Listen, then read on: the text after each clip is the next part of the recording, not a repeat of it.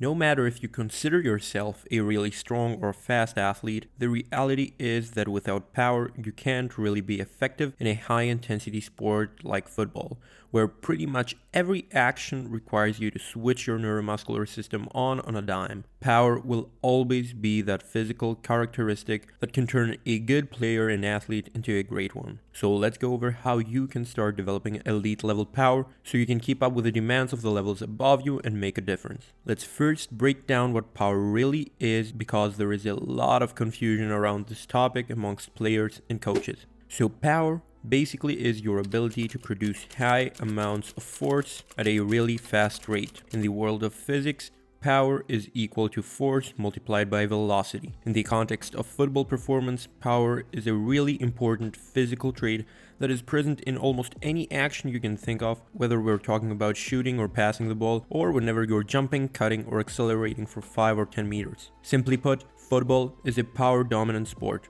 Just like a bodybuilder who's lifting for strength and hypertrophy, all actions you perform require high force outputs. The difference between you and a bodybuilder, though, is the speed at which you produce those high force outputs. Lifting iron for aesthetics isn't a time-limited action. Sprinting to the ball, though, is something that is limited by time and requires power in those first 5 to 10 meters. So in that sense, a player just like you doesn't only need to be strong, but also exert that strength fast in order to meet the demands of the game. And the same applies to fast players as well, who might be fast, but if you are not strong, your power outputs are going to be low, and as a result, you will get thrown all over the place in those physical battles. Having said that, it now makes sense why power development is key in football no matter what type of player you are. And that leads me to the next point I would like to touch upon, which is when does a player need to develop power? To explain this to you in an easy and digestible way, I like to refer to the force velocity curve. As we've said, football is a power-dominant sport. Now, every player's needs are different based on their style of play, the position they are competing in, and a whole lot of other factors. As a rule of thumb, though, I would position football demands somewhere around the middle of the curve and maybe even slightly towards the right, meaning that power and speed are two of the most important physical traits in the modern game. Having this in mind, it makes sense, once again, to say that every player should invest a portion of their time and energy into power development in order to shift their curve closer towards that middle to right spot.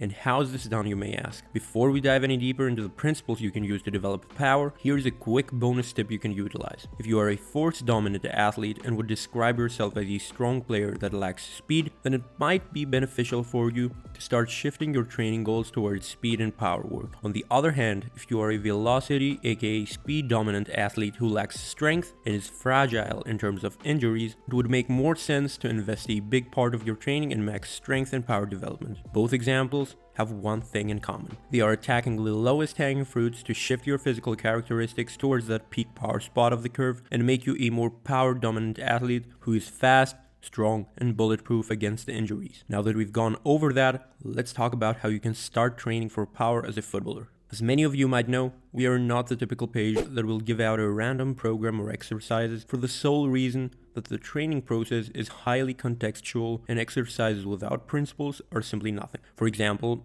a loaded trap bar jump might be a great exercise for power development, but guess what? If you're doing 3 sets of 15 trap bar jumps, you won't be targeting power anymore. For that reason, I always prefer referring to principles of training that can guide the training process, not plain exercises or workouts and portraying them as quick fixes. With that being said, power development relies on a set of principles that can breed some great results if used properly inside a training program. So, when it comes to loading an exercise with an external resistance, you can use any load between 0 to 80% of your 1 rep max, with the exact loading really depending on the exercise you choose. For example, loaded plyometrics will generally require a smaller external resistance in comparison to a compound exercise like the squat. On one hand, a plyometric movement utilizes the stretch shortening cycle, so a higher resistance might equal a slower cycle, whereas a bilateral squat might target peak power when slightly higher loads are used and the intent remains high. Now, another really important aspect of training is the rep and set ranges you use. Too much of a stimulus and you might quickly end up targeting other training qualities you don't want to target. Instead of doing 3 sets of 12 to 15 reps for every exercise, start using other rep and set ranges alongside the external resistance recommendations we mentioned earlier to target that power zone. As a rule of thumb though, keep in mind that power is stimulated within that 2 to 6 rep and 2 to 5 set range. In terms of rest time now, always make sure you give yourself adequate time to restore your phosphocreatine stores, aka the energy stores used for those intense actions. Without 3 to 5 minutes of rest, you're going to produce submaximal power outputs, which in turn will limit the training results you get. So stop messing up with your rest. And now, the last thing I wanted to mention is that no matter if you're moving, lifting, or throwing something to develop power, your intent, aka your effort, should be maximal. It is quite simple. Submaximal efforts lead to submaximal results. And since power depends a lot on execution speed, performing your actions fast and with intent is key. Do not forget that.